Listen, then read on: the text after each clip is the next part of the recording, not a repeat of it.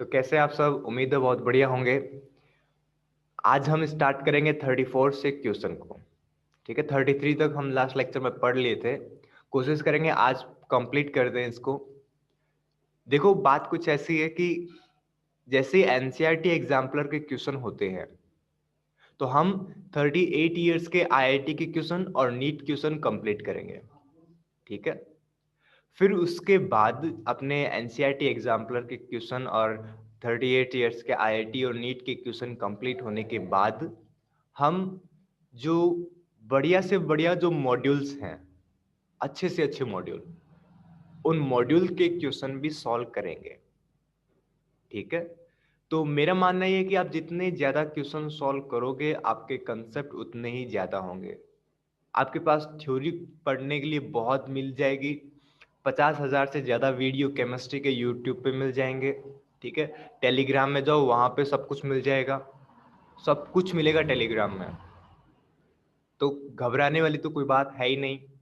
ठीक है, तो हम क्या करेंगे, अच्छे बुक, अच्छे मॉड्यूल और 38 इयर्स के क्वेश्चंस, ये सारी चीजें भी सॉल्व करेंगे। लेकिन उसके लिए सपोर्ट थोड़ा सा होना जरूरी है। तो शेयर, लाइक, थम्स अप कुछ तो करते रहना। ठीक है, और साथ साथ ये बताते रहना कि सही चल रहा है कि नहीं चल रहा है। ठीक है, तो स्टार्ट करते हैं अपना 34 वाला क्वेश्चन। 34 वाला क्वेश्चन क्या, what is the experimental evidence support in the idea of electric energy in a atom is क्वांटलाइज्ड।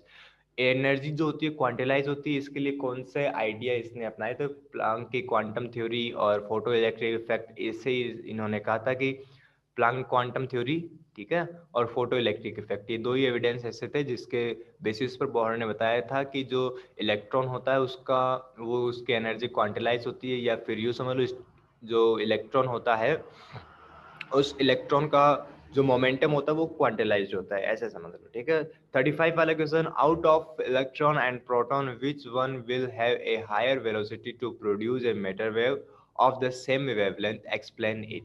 देखो, वेवलेंथ अगर हमें निकालने किसी भी की भी, तो हम क्या बोलेंगे, wavelength lambda is equal to क्या होता है, one h upon m v होता है। ठीक है, ये बोल रहा है कि दो की वेवलेंथ सेम है। वेवलेंथ सेम है, आपको क्या निकालना है, वेलोसिटी निकालना है। तो वेलोसिटी इज इक्वल टू क्या हो जाएगा, h upon m lambda. Lambda same है दोनों एटम का, मतलब दोनों पार्टिकल का, इलेक्ट्रॉन और प्रोटॉन का लैम्डा सेम है।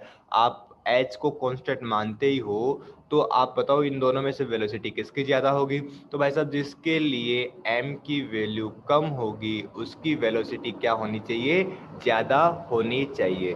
तो हमें पता है कि जो मास है वो इलेक्ट्रॉन का मास क्या रहता है, कम रहता है। इलेक्ट्रॉन का मास कम है, इलेक्ट्रॉन का मास अगर कम है तो हम क्या कहेंगे भाई साहब, इसकी वेलोसिटी क्या होगी, ज्यादा होगी। तो यहाँ पर हम बात करें तो इलेक्ट्रॉन की वेलोसिटी ज्यादा होगी, प्रोटॉन की वेलोसिटी कम होगी क्योंकि इसका मास कम है। चलो आ जाओ, नेक्स्ट अपने पास आता है hypothetical. A hypothetical electromagnetic wave is shown in if in figure 2.2 find out the wavelength of radiation. ये इजी सा क्वेश्चन है। ये दे रखा हमें 2 पॉइंट, यहाँ पे थोड़ा सा देखो, ये दे रखा हमें 2.16 पिकोमीटर, और आपको वेवलेंथ फाइंड करनी है। तो देखो, एक हाफ चक्कर में, एक हाफ चक्कर के अंदर अगर हम बात करें तो टोटल जितनी डिस्टेंस कवर की जाती है वो डिस्टेंस नहीं, डिस्प्लेसमेंट, सॉरी, एक हाफ चक्कर में टोटल जितना डिस्प्लेसमेंट कवर किया जाता है उस डिस्प्लेसमेंट को हम कहते हैं वेवलेंथ। यहाँ पर अपने पास इतनी डिस्टेंस दे रखी है, तो इसको 2 से मल्टीप्लाई कर दोगे तो ये कंप्लीट आ जाएगा मेरे हिसाब से। अरे, ये इतना आधा दे रखा है, अब आधा को 2 से मल्टीप्लाई कर दोगे तो पूरा आ ही जाएगा, सही है। तो इसमें कोई घबराने वाली बात है ही नहीं। ठीक है, चलो आ जाओ, नेक्स्ट अपने पास क्वेश्चन आता है इसके अंदर। नेक्स्ट क्वेश्चन अपने पास 37 वाला। 37 वाला भी क्वेश्चन बहुत इजी है। इसमें क्या दे रखा है कि कोई एक क्लोरोफिल है, chlorophyll present in green leaves of plant absorb light 4.620 into 10⁻14 hertz.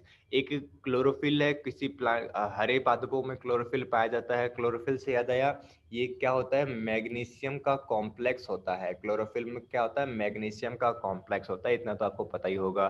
चलो ठीक है, तो क्लोरोफिल भाई साहब में, क्लोरोफिल भाई साहब लाइट को एब्जॉर्ब कर रहे हैं, और कितनी लाइट को एब्जॉर्ब कर रहे हैं? 4.62 इंटू 10⁻14 हर्ट्ज की लाइट को एब्जॉर्ब कर रहे हैं, यानी इतनी फ्रीक्वेंसी वाली लाइट को ये क्या कर रहे हैं? एब्जॉर्ब कर रहे हैं। ठीक है, अच्छी बात है। Calculate the wavelength of radiation in nanometer, which part of electromagnetic spectrum does is belong to. तो ये बोल रखा है कि वेवलेंथ फाइंड करो, तो वेवलेंथ कैसे फाइंड करेंगे? तो हमें पता है न्यू इज इक्वल टू क्या होता है? सी अपॉन लेमडा होता है। ये फ्रीक्वेंसी इज इक्वल टू क्या था? सी अपॉन लेमडा। न्यू की वैल्यू रखो, सी की वैल्यू आपको पता ही है 3 इंटू 10⁻8 मीटर पर सेकंड होती है।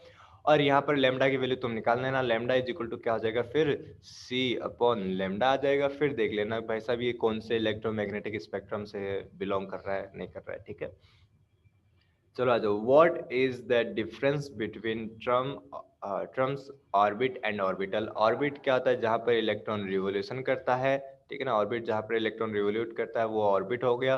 और ऑर्बिट के अंदर वो पार्ट जहाँ पर इलेक्ट्रॉन डेंसिटी सबसे हाईएस्ट होती है उसे हम कहते हैं ऑर्बिटल। ऑर्बिटल को हम साई स्क्वायर से भी पता लगा सकते हैं। ऑर्बिटल का हम किससे पता लगाते हैं? साई स्क्वायर। साई स्क्वायर क्या होता है? साई एक फंक्शन होता है, साई एक फंक्शन होता है, उस फंक्शन के जरिए हम क्या करते हैं? ऑर्बिटल का पता लगाते हैं। चलो आ जाओ 38 वाला। What is different between orbit और एंड ऑर्बिटल हो गया। टेबल टेनिस बॉल की, ये अच्छा क्वेश्चन है, ये भी एनसीईआरटी का क्वेश्चन है लेकिन अच्छा क्वेश्चन है। Table tennis ball has mass 10 gram and speed 90 metre per second. If speed can be measured with in accuracy 4%, what will be the uncertainty in speed and position? देखो यहाँ पर क्या बोल रखा है कि एक्यूरेसी 4% के अंदर अंदर आ जाती है। एक्यूरेसी 4% के अंदर अंदर आ जाती है, इसका मतलब क्या है कि इसके अंदर अनसर्टिनिटी है 4%। ठीक है ना, अनसर्टिनिटी 4% ही है। अब इसके अनसर्टिनिटी 4% है, मास कितना दे रखा है? इसका मास दे रखा है 10 ग्राम। अब अनसर्टिनिटी 4% है, अब हमें स्पीड कितनी दे रखी है इसकी? 90 मीटर पर सेकेंड। तो 90 का 4% कितना होता है? 90 इंटू 4 डिवाइडेड बाई 100, ये हो जाएगी अनसर्टिनिटी इन वेलोसिटी। ये क्या आ जाएगा? Uncertainty in velocity. ये कितना आ जाएगा? 36 डिवाइडेड बाई 10। ठीक है, जीरो से जीरो कैंसिल, 36 डिवाइडेड बाई 10, यहाँ पे 3.6 मीटर पर सेकेंड। इसकी अनसर्टेनिटी तो कितनी आ जाएगी? 3 पॉइंट, यानी वेलोसिटी में अनसर्टेनिटी कितनी आ जाएगी? 3.6 मीटर पर सेकेंड आ जाएगी। ठीक है, फिर अपने पास पोजीशन की अनसर्टेनिटी निकालनी है, तो हमें पता है कि डेल्टा एक्स इंटू में डेल्टा वी इंटू में एम इज इक्वल टू क्या होता है अपने पास? एच अपॉन 4 पाई, एच अपॉन 4 पाई। यहाँ पर डेल्टा एक्स की वैल्यू यानी अनसर्टेनिटी इन पोजीशन हमें निकालना है, तो ये दोनों चीजें इधर आ जाएगी। तो H upon delta we into में एम इंटू में 4 पाई यहाँ पर आ जाएगा, और आपका आंसर भी आपको पता चल जाएगा। मेरे हिसाब से मेरी बात समझ में आ गई होगी। एक एक छोटी सी चीज मैं आपको बता दूं कि एच अपॉन 4 पाई की टोटल जो वैल्यू होती है वो कितनी होती है? 5.2 इंटू 10⁻⁻35। इसकी वैल्यू कितनी रख दो आप? 5.2 इंटू 10⁻⁻35 अगर इसकी वैल्यू रख दोगे तो ये डायरेक्टली याद रख लेना। डायरेक्टली अगर याद रखोगे तो तुम्हारे फायदा रहेगा। तो एच अपॉन 4 पाई की डायरेक्ट वैल्यू कितनी होती है? 5.2 इंटू 10⁻⁻35। तो यहाँ पर डेल्टा वी और एम की वैल्यू को रखकर तुम डायरेक्टली इसकी वैल्यू फाइंड कर सकते हो, कोई दिक्कत वाली बात नहीं होगी। चलो नेक्स्ट अपने पास आता है 40 वाला क्वेश्चन। 40 वाला क्वेश्चन क्या कहता है आपको? 40 वाला क्वेश्चन कहता है कि the effect of uncertainty principle is significance only motion of microscopic particle. ये थ्योरी वाले क्वेश्चन है भाई साहब, थ्योरी, बिल्कुल थ्योरी वाले क्वेश्चन है। थ्योरी वाले क्वेश्चन मेरे हिसाब से तुम खुद कर लोगे दोनों थ्योरी। 40 एंड 41 वाला क्वेश्चन क्या है? थ्योरी वाला क्वेश्चन। अगर आपकी थ्योरी थोड़ी बहुत क्लियर है तो ये दोनों क्वेश्चन क्लियर हो जाएंगे। कोशिश करना अपने आप करने की, अगर आपसे नहीं होते हैं तो मैं फिर आपको बताऊंगा ही। ठीक है, हम पहले वो क्वेश्चन कर लेते हैं जो मतलब कंसेप्चुअल क्वेश्चन होते हो। ठीक है ना, कंसेप्चुअल क्वेश्चन पहले कर लेंगे तो फायदा रहेगा। चलो अगला वाला क्वेश्चन करते हैं। अगला वाला क्वेश्चन क्या कहता है आपको? देखो, match of column A and column B, यहाँ पे कॉलम ए और कॉलम बी को मैच करना है। यहाँ पर देखो कॉपर का इलेक्ट्रॉनिक कॉन्फ़िगरेशन क्या होगा, 3d10 4s1। कॉपर का electronic configuration, outer most shell का इलेक्ट्रॉनिक कॉन्फ़िगरेशन देख लो, बाकी तो सबका सेम रहता है, 3d10 4s1, यानी ए को मिला दो तुम सी से। सेकंड क्या है, Z copper plus two, copper plus two यानी 3d9 हो जाएगा इसका इलेक्ट्रॉनिक कॉन्फ़िगरेशन, सीधा 3d9 यानी ये डी वाला हो जाएगा। दो इलेक्ट्रॉन बाहर निकालने ना, तो एक इलेक्ट्रॉन तो यहाँ से बाहर निकलेगा, एक 3d10 से बाहर निकल जाएगा, तो 3d9 इलेक्ट्रॉनिक कॉन्फ़िगरेशन बचेगा। अब Zn+2 का इलेक्ट्रॉनिक कॉन्फ़िगरेशन देखते हैं। Zn+2 यानी इसका एक्चुअल में इलेक्ट्रॉनिक कॉन्फ़िगरेशन क्या था, Zn+2 का आउटर मोस्ट सेल का 3d10 4s2 होता है, Zn का होता है 3d10 4s2। प्लस 2 का मतलब दो इलेक्ट्रॉन बाहर निकले तो दो इलेक्ट्रॉन निकल जाएंगे 4s ऑर्बिटल से। तो इसका मतलब क्या हुआ, यहाँ पर अपने पास क्या हुआ, इसका मतलब कि Zn+2 की अगर हम बात करें तो Zn+2 के लिए जो इलेक्ट्रॉनिक कॉन्फ़िगरेशन निकल के आ रहा है वो कौन सा होगा, ये ए वाला होगा, ठीक है, 3d10। फिर आ जाओ क्रोमियम+3, क्रोमियम+3 का इलेक्ट्रॉनिक कॉन्फ़िगरेशन होता है 4s1 4s1 3d5 3d5 4s1 3d5 4s1, तीन इलेक्ट्रॉन बाहर निकालने, तो एक यहाँ से निकल जाएगा, दो यहाँ से निकल जाएंगे, तो बचेगा क्या, 3d4। लास्ट का इलेक्ट्रॉनिक कॉन्फ़िगरेशन क्या बचेगा भाई साहब अपने पास, 3d4 बचेगा। अब 3d4 कहाँ पे आ रहा है, देख लो तुम, 3d4 आ रहा है क्या कहीं पे, 3d4 नहीं, शायद 3d3 बचेगा, सॉरी 3d3।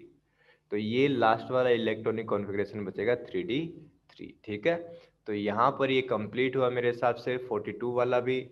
अब इसके बाद हम चलते हैं 42 के बाद अपना आता है 43। ये बढ़िया क्वेश्चन है, बहुत अच्छा क्वेश्चन है ये मोस्ट इंपॉर्टेंट क्वेश्चन है। अगर ऐसे क्वेश्चन, मतलब ये क्वेश्चन आपके क्वांटम नंबर्स के कंसेप्ट को बढ़िया करता है।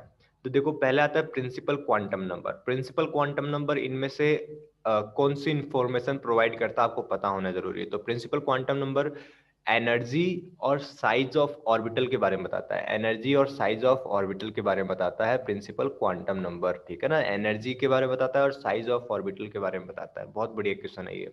Azimuthal quantum number, azimuthal quantum number आपको क्या बताएगा, शेप ऑफ ऑर्बिटल बताएगा। किसके बारे में बताता है ये, शेप ऑफ ऑर्बिटल के बारे में बताता है कि इसकी शेप कैसी है, थ्री डी शेप कैसी है इसकी, ये बताता है। Magnetic quantum number, magnetic quantum number आपको ओरिएंटेशन के बारे में बताता है। मैग्नेटिक क्वांटम नंबर आपको ओरिएंटेशन के बारे में बताता है कि कंपाउंड का जो ओरिएंटेशन है वो कैसा होगा, ठीक है, 3D में ओरिएंटेशन। तो ये हो गया। फिर spin quantum number, spin quantum number आपको बताएगा स्पिन ऑफ इलेक्ट्रॉन के बारे में। मेरे हिसाब से चीजें समझ में आई होगी। यानी इसमें थर्ड वाले में तो आएगा, इसमें तो आएगा फर्स्ट, फिर इसमें सॉरी इसमें तो आएगा फोर्थ, मतलब समझ में आ गया होगा आपको। छोड़ो, आगे चलते हैं। आगे अपने पास आता है इसके अंदर ये भी बढ़िया क्वेश्चन है, ये भी एक बहुत बढ़िया क्वेश्चन है। अगर आपको ये क्वेश्चन आ जाए तो मतलब अच्छी बात है कि आपको चारों प्रिंसिपल एक साथ क्लियर होंगे। सबसे पहले आता है हुंड रूल्स। तो भाई साहब मैं हुंड रूल के बारे में आपको थोड़ा सा एक्सप्लेन कर देता हूँ कि हुंड रूल होता क्या एक्चुअल में। हुंड रूल होता है कि अगर कोई एक सबसेल आपके पास, उस सबसेल में मोर देन वन ऑर्बिटल है, सबसेल में क्या है, मोर देन वन ऑर्बिटल्स है। पहले सुन लेना, किसी भी सबसेल के अंदर मोर देन वन ऑर्बिटल हो तो इन ऑर्बिटल में इलेक्ट्रॉन भरने का तरीका क्या होता है, सबसे पहले सब में एक एक इलेक्ट्रॉन भरो, ठीक है। सबसे पहले सब में एक एक सिंगल इलेक्ट्रॉन भरो, उसके बाद इसमें आगे वाले इलेक्ट्रॉन भरो। तो ये तो क्या होता है भाई साहब, हुंड रूल होता है। अब हुंड रूल में देखो, इसमें फर्स्ट में देखो सी वाला, फर्स्ट में सी की अगर बात करें तो सी क्या कहता है, pairing of electron in same orbital belonging to the same subshell does not take place until each orbital is singly occupied।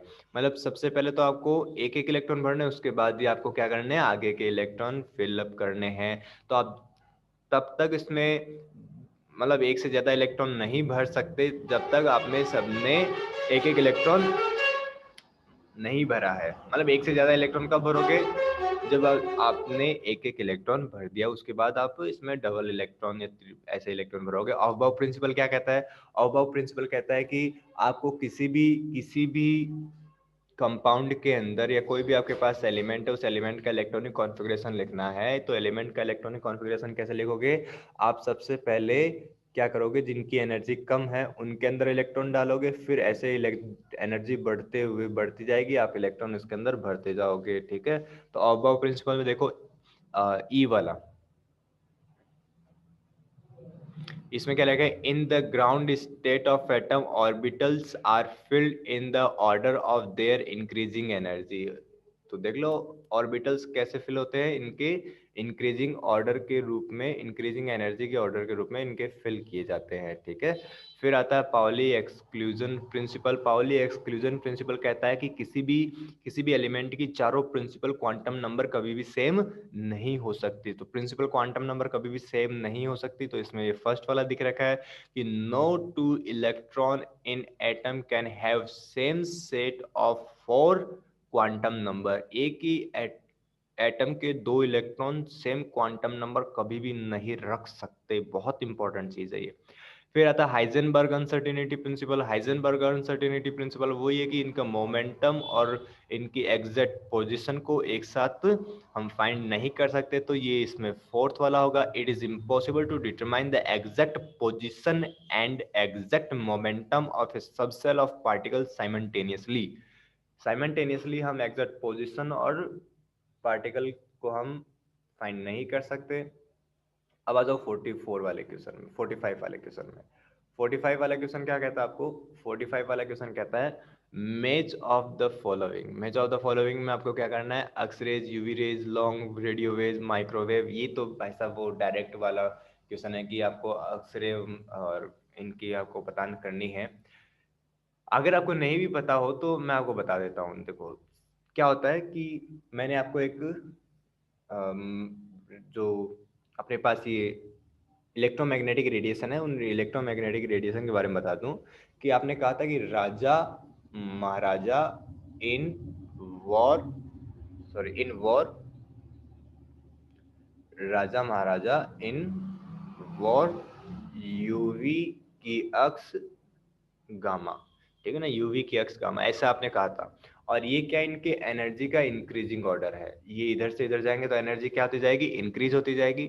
Energy increase होती जाएगी, इसका मतलब भाई साहब क्या होता जाएगा, न्यू इंक्रीज होता जाएगा। क्या होता जाएगा, इनकी फ्रीक्वेंसी इंक्रीज होती जाएगी। तो सबसे ज्यादा फ्रीक्वेंसी किसकी होती है इसमें, गामा की, फिर अक्स की, फिर सबसे कम मतलब कम होगी थोड़ी सी यूवी की, थोड़ी कम होगी, इससे कम होगी विजुअल लाइट की, सबसे कम होगी अपने पास रेडियो वेव की। यहाँ पे आर का मतलब क्या है, रेडियो वेव, एम का मतलब माइक्रोवेव, आई का मतलब इंफ्रारेड, वी का मतलब क्या, विजिबल लाइट, यूवी का मतलब क्या हो जाएगा यहाँ पर अल्ट्रावायलेट, अक्स का मतलब अक्स रेज, और गामा का मतलब गामा रेज हो जाएगा। अब आपको पता चल गया कि किसकी फ्रीक्वेंसी ज्यादा होती है, किसकी फ्रीक्वेंसी कम होती है। तो अक्स की फ्रीक्वेंसी सबसे ज्यादा होगी, तो इसमें देखो सबसे ज्यादा फ्रीक्वेंसी कहाँ पे आ रही है, अक्स की फ्रीक्वेंसी सबसे ज्यादा है, तो इसमें फ्रीक्वेंसी आ रही है इसमें सबसे ज्यादा 10⁻18 हर्ट्ज। फिर आता है यूवी।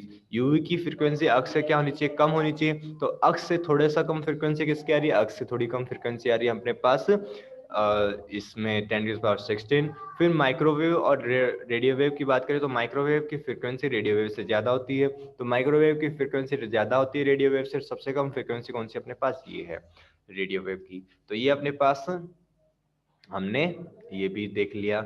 आपको याद हो या ना हो, वो एक ऑर्डर याद होना चाहिए। अगर आपको वो ऑर्डर याद है तो आप उसमें कर सकते हो, मेरे हिसाब से आराम से इसको क्वेश्चन को कर सकते हो। चलो 46 वाले में चलते हैं। 46 वाला क्वेश्चन क्या कहता है, 46 वाला क्वेश्चन कहता है फोटोन, इन सब के बारे में बात करता है। तो ये भी आपकी मेरे हिसाब से पता होगा। चलो इसमें हम बात करते हैं सबसे पहले फोटोन की। तो photon exhibit momentum and wavelength. Photon के पास दोनों चीजें होती है, वेवलेंथ भी होती है और इसके पास मोमेंटम भी होता है। इलेक्ट्रॉन की बात करें तो इलेक्ट्रॉन की जो वैल्यू थी किसी एन सेल में, इसकी वैल्यू 2n² होती है। सॉरी, यहाँ पे 2n² लिखना भाई, 2n², ठीक है ना, 2n²। इसकी वैल्यू कितनी होती है, 2n²। इलेक्ट्रॉन की वैल्यू होती है 2n²। 4 को यहाँ पे कट कर दो, लिख दो 2n² for n cell.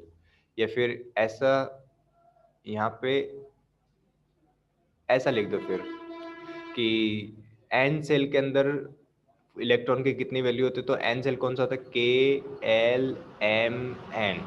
n वाला फोर्थ सेल है क्या, तो फोर्थ सेल के अंदर n की वैल्यू कितनी होगी, फोर्थ सेल के अंदर इलेक्ट्रॉन की वैल्यू कितनी होगी, फोर्थ सेल के अंदर इलेक्ट्रॉन की वैल्यू कितनी होगी, फोर्थ सेल के अंदर इलेक्ट्रॉन की वैल्यू होगी 2 × 4 स्क्वायर, 2 × 4 स्क्वायर कितना होगा 8, 8 4 स्क्वायर होगा 16, सॉरी 16 × 2 कितना हो जाएगा, 16 × 2 हो जाएगा 32, ठीक है। तो अपने पास यहाँ पे ऐसा लिख दें 32, value is 32 for n shell, electron की वैल्यू होगी 32 फॉर एन सेल, ठीक है ना। इलेक्ट्रॉन की वैल्यू कितनी होगी 32 फॉर एन सेल, यहाँ पर ऐसा भी लिख सकते हो। फिर यहाँ पर फोटोन वाले में क्या आएगा अपने पास, exhibit both momentum and quantum, psi square क्या दिखाता है, probability density, principal quantum number always positive value होती है। चलो ये कंप्लीट हुआ। फिर आते हैं अपने पास 47 वाले क्वेश्चन में। 47 वाला क्वेश्चन क्या कहता है आपको, 47 वाला क्वेश्चन कहता है क्रोमियम का इलेक्ट्रॉनिक कॉन्फ़िगरेशन क्या होगा, Fe+2 का इलेक्ट्रॉनिक कॉन्फ़िगरेशन क्या होगा। तो क्रोमियम का इलेक्ट्रॉनिक कॉन्फ़िगरेशन क्या होता है 3d5 4s1, यानी ये D वाला हो जाएगा इसके अंदर 3d5 4s1। Fe+2 यानी 2 इलेक्ट्रॉन बाहर निकले हुए 3d6, यहाँ पे आएगा सिर्फ 3d6 4s0, 3d6 4s0 आ रहा है C के, सॉरी 3d6 4s0 आ रहा है C के अंदर। फिर आता है अपने पास निकल +2 की अगर बात करें तो निकल 3d8, निकल का होता है 3d8, निकल का कितना होता है 3d8 होता है, लेकिन यहाँ पे +2 है तो 2 इलेक्ट्रॉन बाहर निकाले हैं तो 3d8, सॉरी यहाँ पे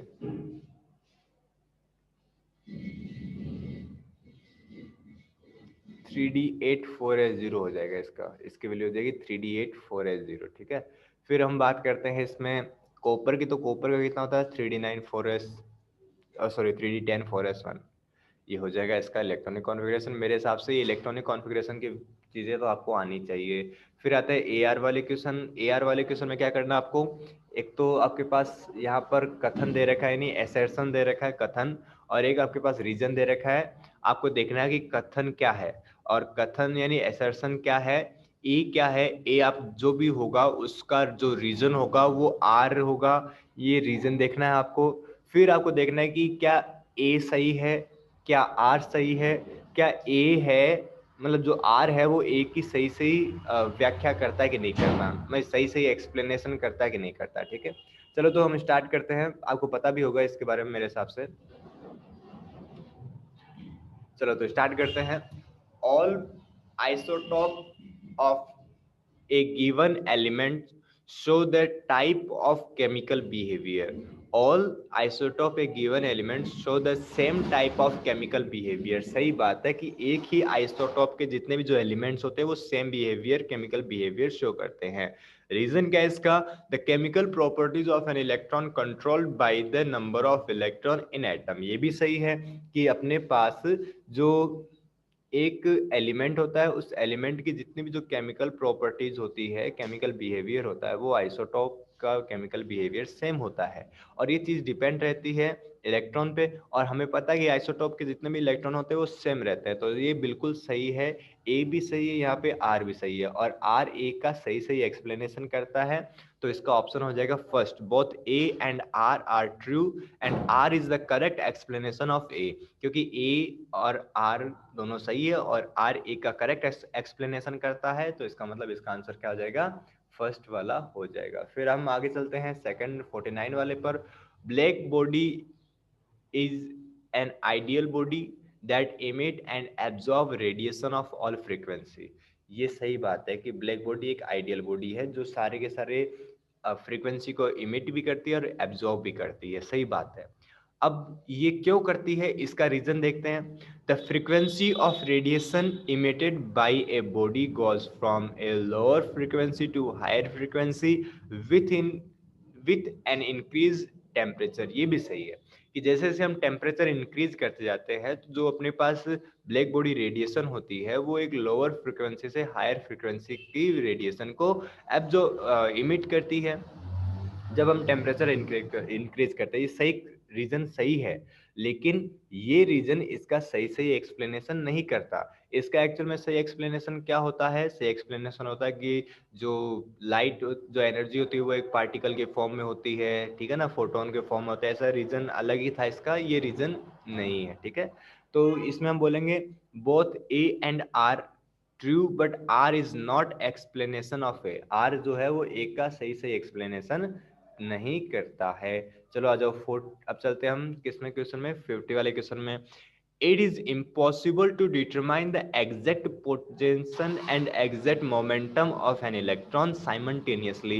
ये है कि ये पॉसिबल नहीं है कि आप एग्जैक्ट पोजीशन और एग्जैक्ट मोमेंटम को आप एक साथ फाइंड कर सको। एग्जैक्ट मोमेंटम और एग्जैक्ट पोजीशन को आप एक साथ फाइंड नहीं कर सकते। क्यों नहीं कर सकते, इसका रीजन देखते हैं। क्या रीजन दे रखा है, इसका रीजन देखते हैं यहाँ पर। The path of an electron is atom is clearly defined. ये तो बिल्कुल गलत है कि इलेक्ट्रॉन का पाथ आपको क्लियरली डिफाइन मिल जाएगा। देखो पहला ए सही है, ठीक है ना, इसका जो रीजन है वो गलत है। रीजन बिल्कुल गलत है तो हम क्या कहेंगे, A is true and R is false. A true है और आर क्या है, फॉल्स है। अब आ जाओ तुम अगले वाले क्वेश्चन में। देखो लॉन्ग टाइप जो आंसर है वो आपको मतलब खुद ही करने होंगे। इसमें 52 वाला क्वेश्चन दे रखा है। 52 वाला क्वेश्चन मैं आपको समझा देता हूँ।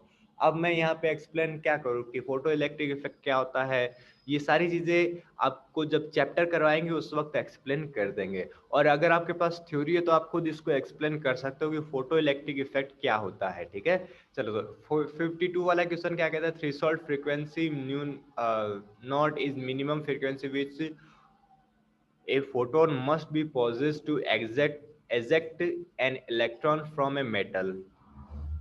It is different for different metal. It is different for different metal.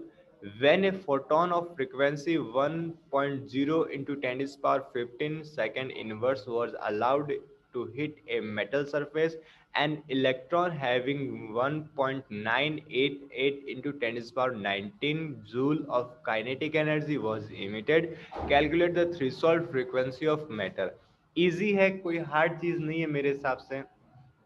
इसमें क्या बोल रखा है कि काइनेटिक एनर्जी आपकी कितनी है, काइनेटिक एनर्जी है आपके पास इतनी दे रखी है, थ्रेशोल्ड फ्रीक्वेंसी इतनी दे रखी है, सॉरी आने वाली लाइट की फ्रीक्वेंसी यानी इंसिडेंस लाइट की फ्रीक्वेंसी इतनी दे रखी है। आपको क्या करना फाइंड, आपको कुछ फाइंड नहीं करना, आपको थ्रेशोल्ड फ्रीक्वेंसी फाइंड करनी है। तो kinetic energy is equal to क्या होता है, h into nu minus nu not होता है, ठीक है ना। मतलब इंसिडेंस लाइट की फ्रीक्वेंसी माइनस थ्रेशोल्ड लाइट की फ्रीक्वेंसी, ये काइनेटिक एनर्जी का फॉर्मूला होता है। यहाँ पे काइनेटिक एनर्जी की वैल्यू रखो, न्यू की वैल्यू रखो, एच की वैल्यू रखो, न्यू नॉट की वैल्यू निकाल लो और क्या करना है। बाकी आपके क्वेश्चन जो है वो थ्योरी बेस्ड क्वेश्चन है। कोई भी इसमें यानी एक 52 वाला क्वेश्चन और है, 52 वाला क्वेश्चन मैंने पहले करवा दिया है ऐसा क्वेश्चन आपको।